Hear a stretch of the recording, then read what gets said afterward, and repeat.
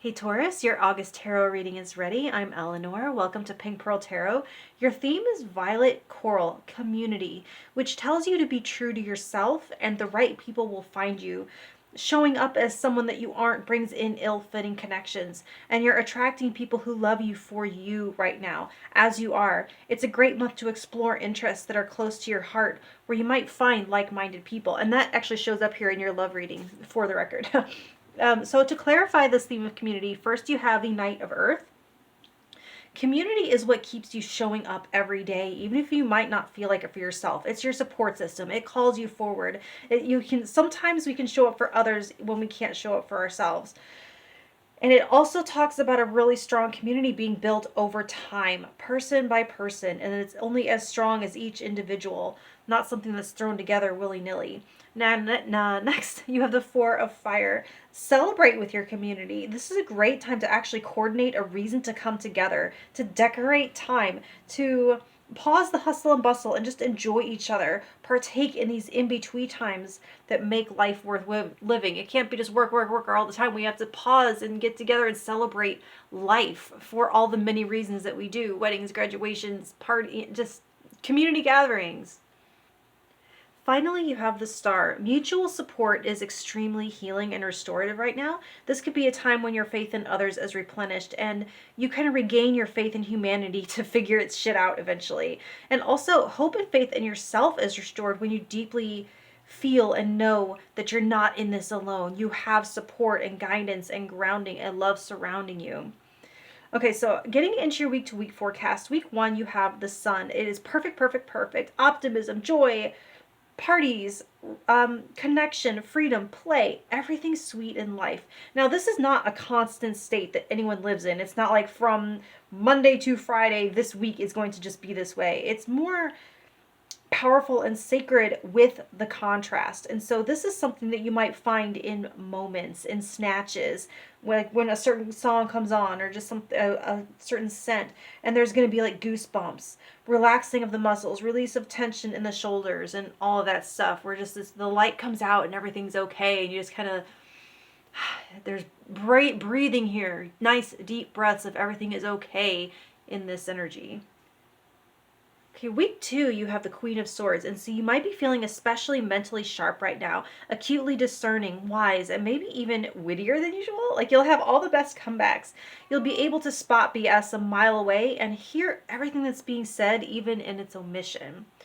Now, week 3 here, you do have the Nine of Swords, so it could get a little tricky here. The only downside to having so many blessings is a sense of fear of what could be taken away. So lean on your community this week. Reach out and say, hey, I'm having a hard time. I can't sleep. Will you listen to me for a while? Can you reassure me? Tuck me in or whatever. It's like it has the feeling of a parent that comes and checks your bed and closet for monsters. You have people who will help you navigate towards more peace of mind right now. Now, week 4, you have the Hierophant. Community this week, it takes on a more hierarchical connotation. You could be rising in stature in your community or coming up against a gatekeeper of a community. Once again, authenticity is your key to gaining admission to that. Now, for career and finance, you have from the Literary Tarot, the Four of Light or Cups, represented by Bartleby the Scrivener, by Herman Melville, with Queen of Ink or Wands, represented by Pride and Prejudice. So for the self-employed, it's funny because this character in that first novel reminds me of Mr. Darcy from Pride and Prejudice, the Queen of Wands, Elizabeth Bennet's love interest, which she doesn't really realize it, giving her more of that Four of Cups energy. So anyway, the point being, this is sort of a reminder of how hard it is to win over customers and clients who have seen everything, who are very difficult to impress, so to convince them that your product or service is different. You may benefit from a marketing strategy aimed at creating community, particularly if someone in that community is different and a standout in some way. I mean, it's like you don't want to create a cult, but it has like Oprah book club vibes or the Gwyneth Paltrow Goop kind of feeling to it.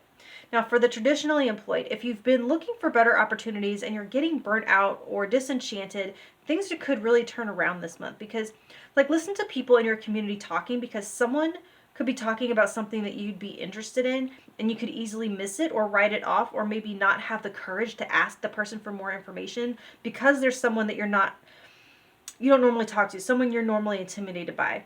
Now, for others of you, there could be a boss who is just convinced that no one wants to work, everyone is lazy, and he thinks he knows everyone before he even gives them a chance.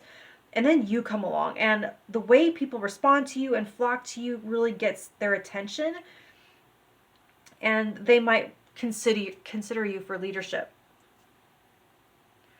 Now for love, you have the Ace of Pentacles with the Page of Wands. Okay, so even though we don't have the Empress conventionally associated with pregnancy and fertility, protect yourself anyway if that's something that you don't want, because the Ace of Pentacles is planting a seed, and for someone here this month, that could be literal.